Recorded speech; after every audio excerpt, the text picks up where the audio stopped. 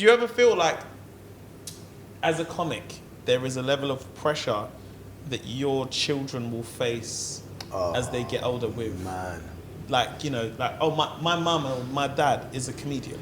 Already, like, you know, like when I had friends in school and like they say, oh, my dad or my mum is an actor. And you're like, wow, you don't know what level, but you hear that as a... It's a thing. Yeah. So do you feel like there's like a level of pressure that comes, especially with you, because your sons are 23 and 18? I hope not. My son is going into media, but he's doing more production. Yeah. So hopefully not like front of the camera stuff, because I don't think he'd enjoy it. Yeah. And you know, Why don't you think he'll enjoy it? His personality. Okay, just it's just he's quite reserved, and you know, but then he might be a different character. Those are the guys, though. You might be a different character on the street. You know. Yeah. You know your children as your children, not the other person of them. But I don't know, man. My brother's there's a 14-year gap between me and my brother. I literally raised him. Wow. So, and it's crazy because over the years he'll drop hints. So when he was like 10, there'll be little hints about, you know, just, oh yeah, my teacher. You know, like my friends know about you. Like, but then he got older. When he got to, I think he got to about 15, that's the stage of secondary school, his whole thing was like, yeah, my teachers actually came to your show and was talking about it. But then it was like, bro, your trainers, the ones, can I have them? Because now, and we're talking about it now, yeah, where he's like, we've actually had a heart to heart. He's like, you don't know what I went through as Eddie Caddy's brother. I didn't take it seriously until he started breaking stuff down. But it was like, the idea that your brother's big and successful, man, like, you should be also on TV. But see kids, and then in his mind, I should be, because he also loved performing. He used to drag me to his primary school to watch him perform and stuff. He used to say, bring a camera. Do you know what I mean? Like you know, so then it was almost like, when we're talking about it now, the pressure was, he has to be at a certain level, he has to wear certain things, he literally has to look like me, and he made it clear to me that he was like, and you know you're my favorite guy in the whole world, so I don't hide that fact. But I had to start hiding it because of that. I was like that with my brother, but he was not, he wasn't doing this, he's just my brother, do you know what I mean? So everything was just following on, even the same degree as my brother. Right. Yeah. So so to answer your question, my daughter's got my personality. So I'm shook. Yeah, I'm shook, bro. Because everyone's telling me, this one here, problem.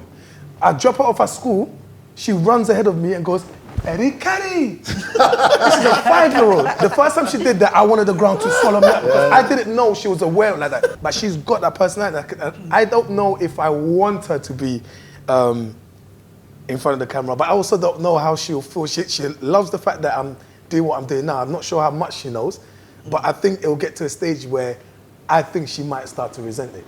But I think that's such a lovely thing, because, not the resentment part, I think it's lovely that she resents you. No, I feel like, you know, you're always so proud of your dad, and, you know, and you're like, oh, my dad's like this and my dad's that, and, you know, I'm a proper daddy's girl, and I love my dad.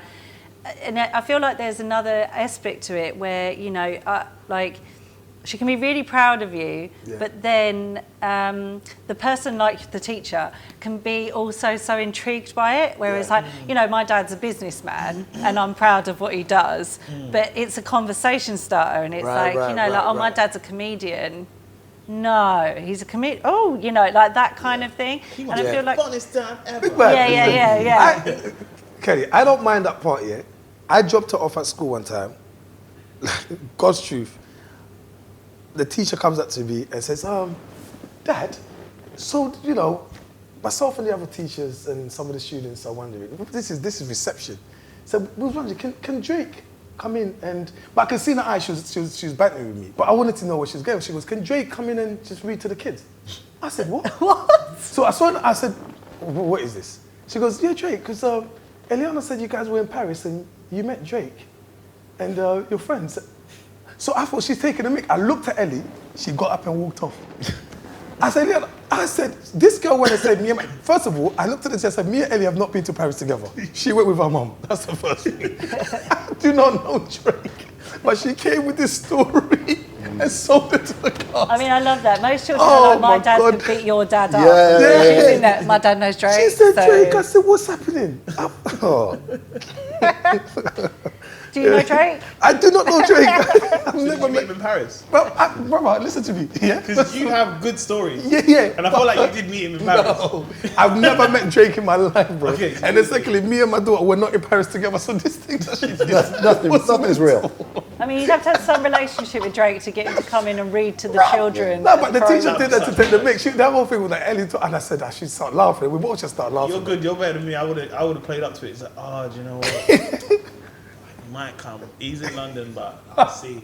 Just to give them hope. Yeah. No, it's so hilarious. He's got Drake. Come.